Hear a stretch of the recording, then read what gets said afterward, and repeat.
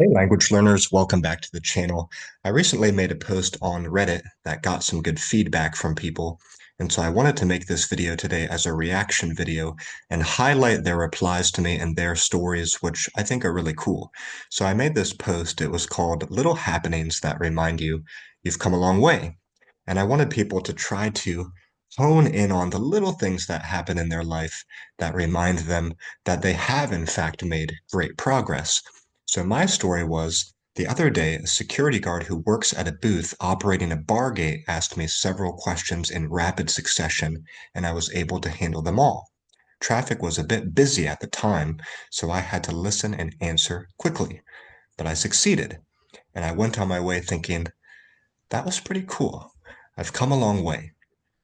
And my question to the people was, what seemingly small or insignificant experiences have you had recently that reminded you you've come a long way? Now let's look at some of the comments that I got, and I'll react to them and highlight these people. I haven't looked at them yet. Okay, Nemoy Vortigaunt says, I realized last week or so that when I hear the language, I now hear it as separate words, not as a stream of sounds. I can hear where one word ends and another word begins, even when I don't know what they mean. And that was pretty cool. Well, Nemoy, I think as language learners, we can all relate to that. And that's such a fantastic moment when you can start to distinguish the separate words. That's definitely an important milestone for people learning languages. So thank you for sharing that and reminding us of that. Okay, Famous C is replying to him. Bro, that's awesome. Listening comprehension is really hard when it comes to Mandarin. You did great. Keep it up. Oh, he was speaking to me. Sorry, that wasn't a reply to the last person. Okay, The Long Way 89 says, I actually just had an experience like that today. I spoke to my boss in Spanish, I speak to my boss in Spanish, and when I started this job 2 years ago, my Spanish was pretty decent, but I still had to work at it. Well, I've been having a kind of rough time at work and been ruminating on what I would say to her and imagining conversations and such, and I realized today it was all in Spanish in my head.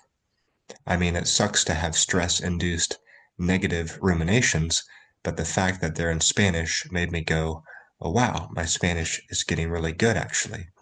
Yeah, that's an interesting story. It kind of reminds me of how important it can be to sort of visualize conversations that might happen in the future so we can, in a way, practice what we want to say in advance so we can perform a little bit better when that situation rolls around. That can be very useful, very effective. So yeah, just like you said, maybe sort of a negative impetus there, but it's something that you should be proud of because you're making progress. Thanks for your comment there. Okay, Prestigious Egg, 1989.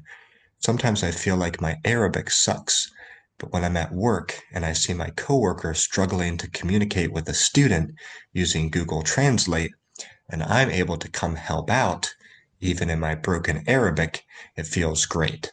Because even if my grammar and vocab probably suck, I'm able to functionally communicate.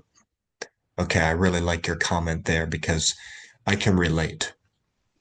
Um, I think sometimes when people, I think sometimes people run to the translation tools a bit too quickly and sort of miss their own opportunity to really practice with the language and understand from the other person who's there.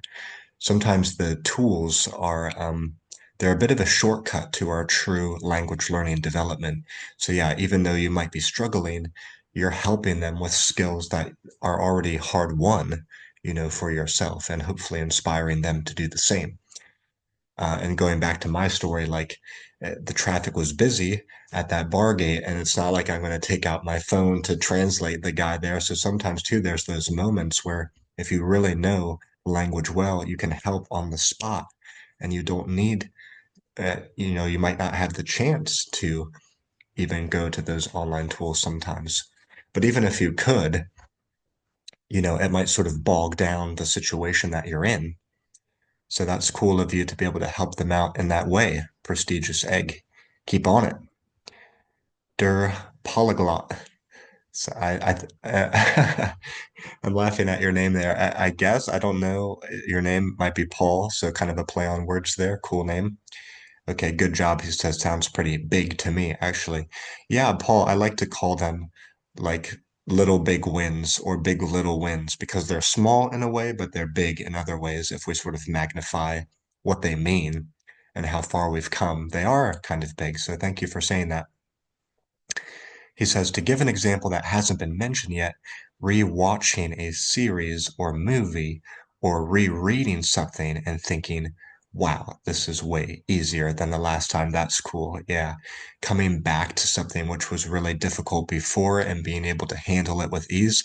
Yeah, that's a great indicator, isn't it? Very easy to compare, where you've been and where you now are. Thank you for that. And I'd like to know what languages you're into and what you're rereading and rewatching. XR Mix Solutions. I love it when you start being able to handle spontaneous conversation in a new language. Yeah, that's exactly what happened between me and that guard at the gate there. I'm starting to get to that level in Spanish. I loved when I got to the point in Japanese that I could just converse without panicking or feeling like I missed all the important words the other person said as I tried to think of how to respond. Yeah, I think especially in the early months or years of learning a language and trying to chat with other people, it's easy to get flustered. It's strange, but you're trying to capture every word that's coming out of their mouth. And if you miss some words, then you start to get more flustered and more panicked as like you use that word panicked. But as you get more accustomed to the language, it seems like you don't mind if a few words go by that you don't understand. You're staying focused on being able to comprehend basically what they're talking about, and you're able to pick up on the basically the context or the gist of what's being said, which by the way could help you know maybe what those words were that you missed before, but basically you don't get so easily flustered and you're able to interact and exchange the needed information, right? So yeah, congrats to you with your Spanish. Rugeneda de Loma. Ruheneda de Loma. Sorry, I'm not sure how to say your name. I'm not sure if I'm pronouncing it right, but he says that's great, man. And my wife, and my wife, sorry. Hopefully, well, let's not make a joke about that. Okay, in my life, my wife said something to me in Mandarin, and I understood it. Great success. Our marriage is improving. Yes, on many levels, hopefully. Okay, so my wife is Chinese as well. And so she helps me a lot, and I know exactly what you mean there. So it's great if you're able to help each other. And sometimes I joke with people that when she's more tired, more stressed, or more angry, the Mandarin's flying at me much faster.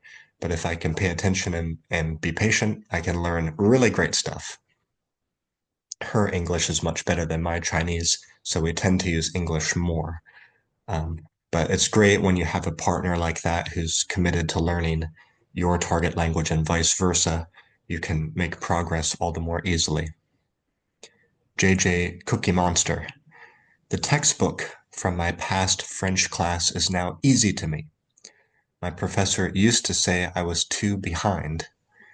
The grammar was so hard for me. Then I started studying on my own without all the grammar tests and pressure, and I learned it better. These are great stories, guys. I love your comments. They're all hitting upon different things that are so special. I know exactly what you mean. I didn't really succeed in classes either. I think it's all the pressure about grammar, homework, tests, and it's taking all the fun out of it too. So yeah, being able to revisit the content of a class or being able to learn the content in a different context outside of class and doing much better with it.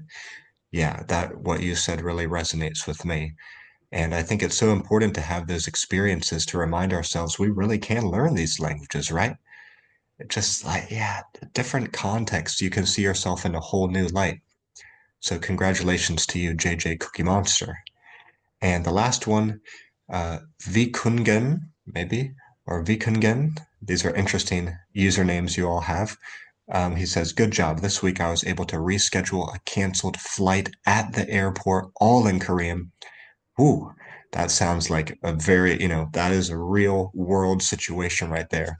You probably felt a little bit under pressure, I'm guessing, if maybe there was people in the line behind you, or if maybe the person there didn't speak your native language at all, and you really had to use Korean. I mean, I could see how, you know, you're really applying your knowledge there in that real world scenario. That sounds technical too, the types of vocabulary you would have to whip out there. So congratulations to you, and thank you to all of you for your comments. If you want to follow me or join with me here on Reddit, my username is Language Card Games. I've been on Reddit for a while, but I've not always posted so regularly. But I do have my profile here, and some of my top posts are pinned to the top. So you're welcome to follow with me and join with me. My website too is Language Card Games. I make games for language learners, and we play online every Saturday. Right now, we have active groups for Mandarin, Japanese, Spanish, and Turkish. Thank you all so much for chiming in. You really made me feel, it was worth it to make that post and share that little story. I didn't know if people would really care or not, but they did. And I love your little stories too, which they mean a lot. They show you've come a long way. Now just keep on that way. Wishing you all the best as you continue to learn your foreign languages into 2025. Bye bye for now, guys.